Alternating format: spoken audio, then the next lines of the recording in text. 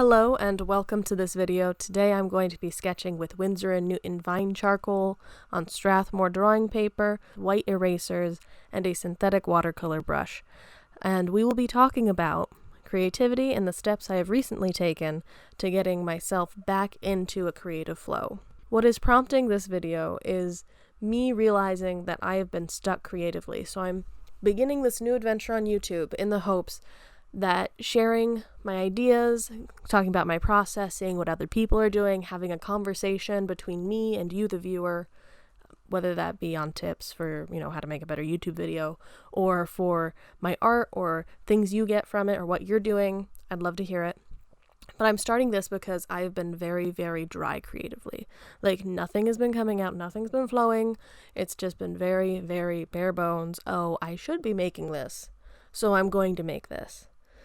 So when I approached this drawing, I was kind of fed up with that mindset. So I went ahead and I got charcoal, best sketching material. I know a lot of people like graphite, but charcoal is much better because it's very easy to wipe away and get rid of, which is great if you're working through ideas and trying to process, what's inside of you. So like you can just erase it if you don't like it, real easy. Instead of graphite that kind of stays there forever if you draw too darkly. Anyway. So back to what this is all about.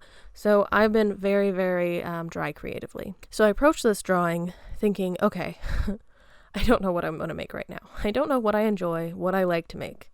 I went ahead and I grabbed my Vine charcoal and I went to town. So I went ahead and I found things that I like. Something I really enjoy is jewelry because I've been getting jewelry from my family since I was pretty young. Not like expensive things, but nice things. So I went ahead and I got in my jewelry box. And I found 2 necklaces. One of them was from one of my grandmothers, my grandma Rose, last name's Rose, and it's a rose leaf that's been made into gold. So I've worn this a lot and I really enjoy it, so I decided to hang that on top of my easel.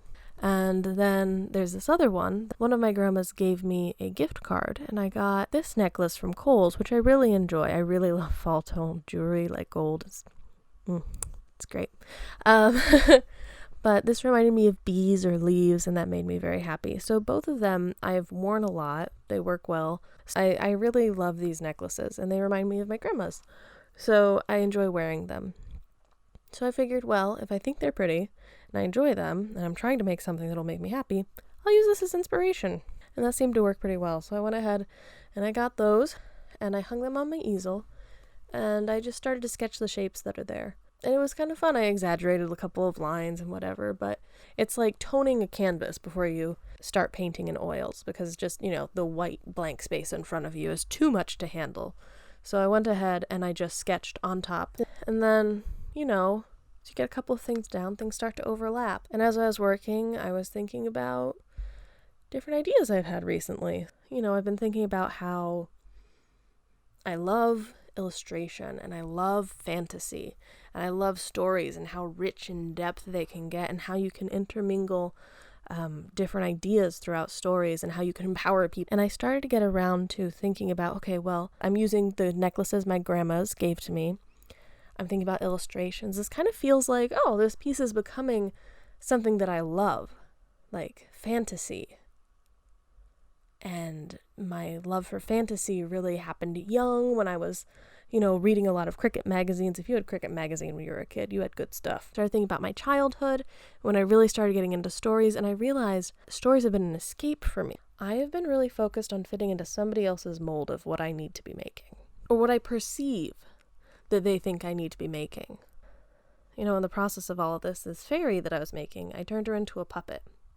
So it's this dichotomy of, oh, look, here is this little piece I'm making, this sketch, that looks very fanciful and whimsical, but at the same time it has this undertone of there's something else controlling the strings. How is this sunk in to what I'm doing? And I realized that I'm not making any artwork that I love. And if you're not making any artwork that you love, that's a problem. Because if you feel the need to create and you want to create something and you want to make artwork, like if you're one of those people that stayed up late since you were a kid making artwork and you stopped doing it, that's so bad for you. Like, I didn't make artwork for a year after I graduated. And since then, I've been trying to build it up again. I've been trying to get back into making artwork. And it's been really tough because I've been so concerned. Even as I've started making artwork again, I'm so concerned what other people think. And so concerned about this idea that you have to make an amazing concept. You have to be able to have this wonderful idea and articulate it and really wrap your mind around exactly what you're trying to convey to other people. And it just wasn't working for me. So I am going to let go. I'm not going to worry about what other people think.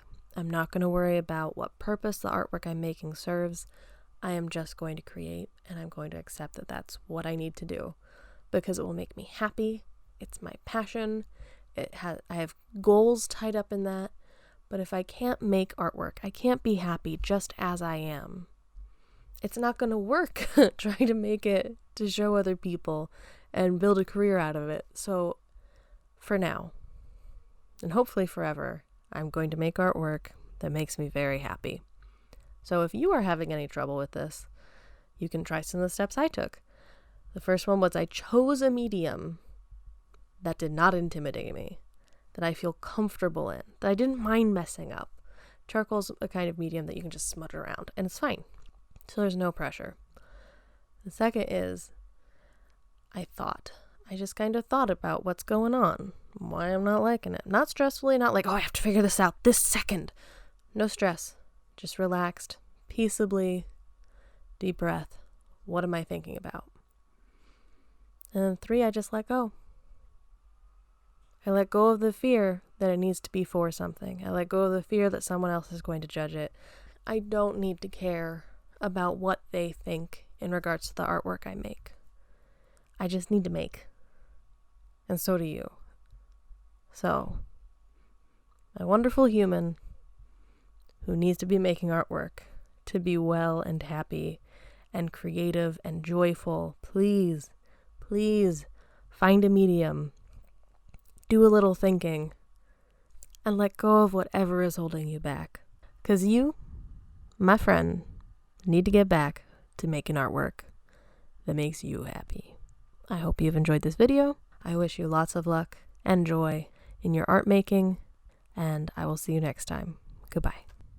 If you would like to follow me on TikTok or Instagram, I am CLR_ARTS. That's CLR_arts, both on Instagram and TikTok.